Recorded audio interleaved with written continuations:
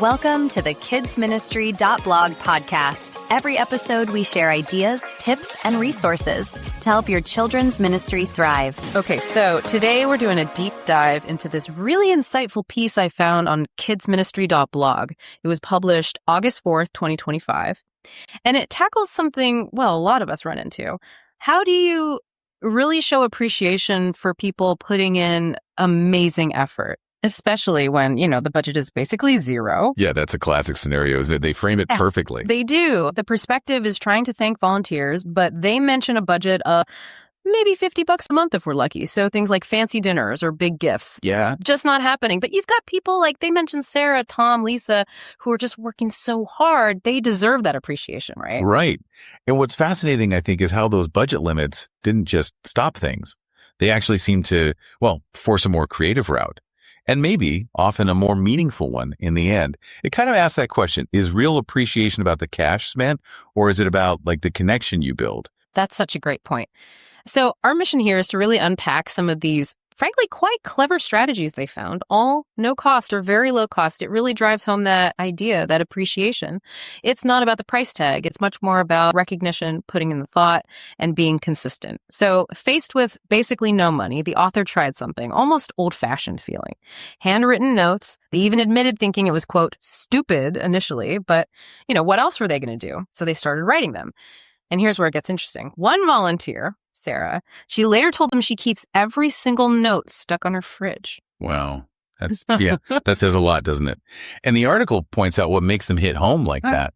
The specificity. It's not just, hey, thanks. It's, Emma really loved how you remembered her cat was sick, or thanks so much for staying late to help clean. That personal detail. Exactly. That effort makes it feel real, makes it personal. And there was this ripple effect too. Like another volunteer, Mike, shared that his wife reads the notes he gets, so it spreads that good feeling. Mm. It really underlines how a seemingly small gesture carries so much weight. Totally. And building on that personal connection idea, they also talked about getting the kids involved, having them make thank you cards. Can you imagine a drawing from little Emma showing Sarah surrounded by kids? The author said Sarah actually teared up. That kind of raw gratitude from the children, money just can't replicate that. No, it can't. Those aren't just notes. They're like artifacts of appreciation. Yeah. It really highlights the emotional impact often just dwarfs any monetary value.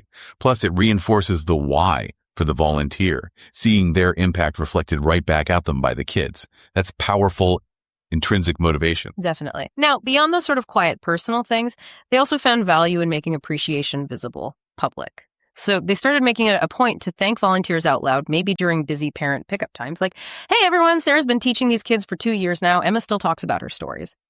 And the author was surprised by how parents reacted so positively. Well, yeah, public acknowledgement, especially when it comes from maybe unexpected places like other parents, it really boosts the signal. The blog mentions thanking Tom for covering when Lisa was sick. And afterwards, 3 parents came up to the author saying how much they appreciated Tom stepping up. Things they might not have known otherwise. It builds that person's sort of social capital within the community. They also mentioned using social media, posting pictures with permission. Apparently, Sarah's mom called her feeling proud after seeing a post. That's validation way beyond the immediate group. That is a big ripple. But did they mention if anyone felt awkward? Some volunteers prefer staying behind the scenes, right? That's a really important point. And yes, the article does stress asking first, getting permission before posting photos or making a big public deal. It's about tailoring it. Not everyone wants the spotlight, but everyone does want to feel valued. So yeah, public praise is great, but you got to do it thoughtfully. Okay, good. So shifting slightly, another angle they explored was really practical, but also deeply caring, offering time off. Instead of buying stuff, they started giving volunteers a Sunday off, guilt-free. Like, hey, you've been here 12 weeks straight. Take next Sunday. Relax. We've got this. Tom apparently was hesitant at first, but then came back really refreshed. That's such a smart way to reframe gifting, isn't it? It's not stuff. It's gifting rest. It shows you care about their actual well-being. And as the article notes, it neatly solves the budget issue because you're not paying for a substitute. You're just giving them back their own time. Makes you think, doesn't it? Mm-hmm. Are we providing genuine relief or just sort of superficial thanks sometimes? Yeah, it does. And in that same vein of personal care, they highlighted the one-on-one coffee chat. Not about the work tasks, but just about them. The blog shared how Lisa, during one chat, opened up about feeling stressed about her daughter's college applications, something the author wouldn't have known otherwise.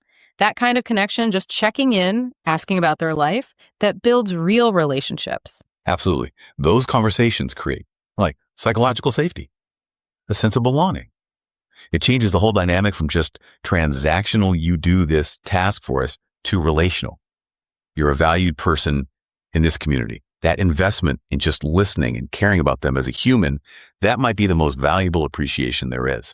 So we step back and look at the big picture from this kidsministry.blog piece. The core message seems crystal clear.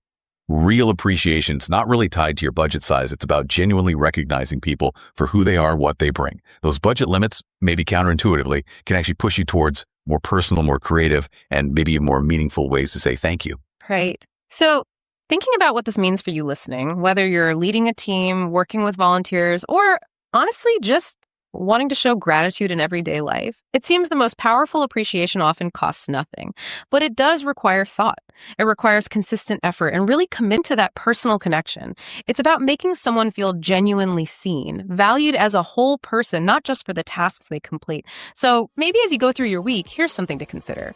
What's one small, thoughtful, non-monetary thing you could do? A specific gesture to genuinely appreciate someone whose hard work might usually fly under the radar. Thanks for listening. To find more ideas, tips, and resources, go to kidsministry.blog. We'll see you next time.